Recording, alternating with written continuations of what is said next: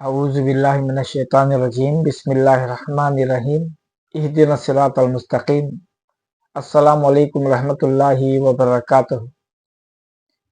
खुदी को कर बुलंद इतना हर तकदीर से पहले, अल्लाह बंदे से खुद पूछे बता तेरी रजा क्या है। तो मेरे दोस्तों, आज हमारे मुल्क के अंदर हमारी जो हालत है ये किसी से छुपी हुई नहीं। कितना कमजोर हम अपने आप को महसूस करते हैं, कितना अकेला महसूस करते हैं।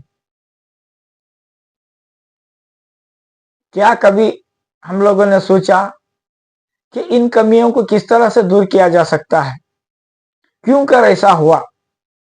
क्या हमारी गफलत थी, क्या गलतियां थी जिसकी वजह से आज हमारी हालत ऐसी हुई? तो सुनिए, इंडिया के दो टुकड़े होने के बाद जो हमारी तादाद यहाँ पर बची थी, इसमें इतनी सख्त नहीं थी कि हम कोई सियासी पार्टी को तश्कील दे सके। तो उस वक्त के जो उलमा कराम और दानिशवरान थे, उन्होंने मशवरा किया कि हम अपनी पार्टी नहीं बनाएंगे, बल्कि हम किसी पार्टी को सपोर्ट करके हम उनके पीछे रहेंगे। तो इन्होंने कांग्रेस का इंतखाब किया। जिस वक्त इंतखाब हुआ, उस वक्त एग्रीमेंट के पेपर आज भी देवबंद के उलमा कराम के पास हैं कि जिन बातों, जिन शराइत के ऊपर एग्रीमेंट हुआ, वो तब से लेकर आज तक कांग्रेस पार्टी ने उसे पूरा नहीं किया, हर वक्त धोखा ही दिया। लेकिन हमारी सियासी मजबूरी ऐसी थी कि हम कांग्रेस के अलावा किसी को सपोर्ट भी नहीं कर सकते थे। कांग्रेस के सामने कौन थे? आरएसएस थी। तो आरएसएस के खौफ से मुसलमान कांग्रेस के दामन में जाकर बैठे हुए थे। लेकिन आज अल्हम्दुलिल्लाह हम इतने काबिल हैं कि हमारी खुद की एक पार्टी बनाकर हमारा दिफा खुद कर सकते हैं।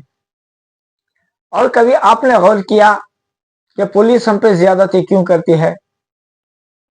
जो इतने बड़े बड़े महकमे हैं, क्यों हमारे ऊपर तासुब का नजर रखते हैं, तासुब करते हैं हमारे साथ? यह हमारी कमजोरी है।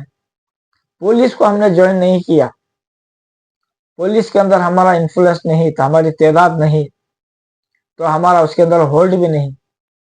इसी तरह से मिलिट्री के अंदर भी हम नहीं जाते, हमारे नौजवानों को नहीं भेजते, तो वहां भी हमारे लिए खौर ही है। और बाकी जितने भी गवर्नमेंट के डिपार्टमेंट हैं, आरएसएस वालों ने अपने नुमाइंदों को वहां बिठाकर, या फिर जो नुमाइंदे पहले से थे उनको अपना ज़हीन बनाकर हम लोगों को वहां की जो फैसिलिटीज थी उससे हमको दूर किया। अब इसे हासिल करें, हासिल करना यही एक वाहिद इलाज है हमारा, ताकि मुल्क के अंदर हम या हमारा जो खोया हुआ वक़ार है उसे हासिल करें। तो सबसे पहले हम लोग हमारी सियासी पार्टियों को मजबूत करें। और हमारी सियासी पार्टियां कौन सी हैं?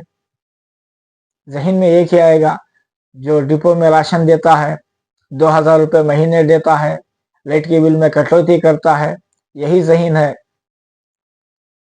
ये हमारी मदद नहीं की है, बल्कि इन्होंने हमारे वोट को खरीदा और उलमाए कराम ने मुसलमानों के वोटों की दलाली की। मैं खुले तौर पर कहूंगा, दलाली की। 5 बातों के ऊपर कांग्रेस के साथ हमारे उलमाए कराम ने मुत्तफिक के तौर पर मुसलमानों के लिए वोट डालने के लिए कहा। कहां पर वो 5 बातों का कांग्रेस ने वादे पूरे किए?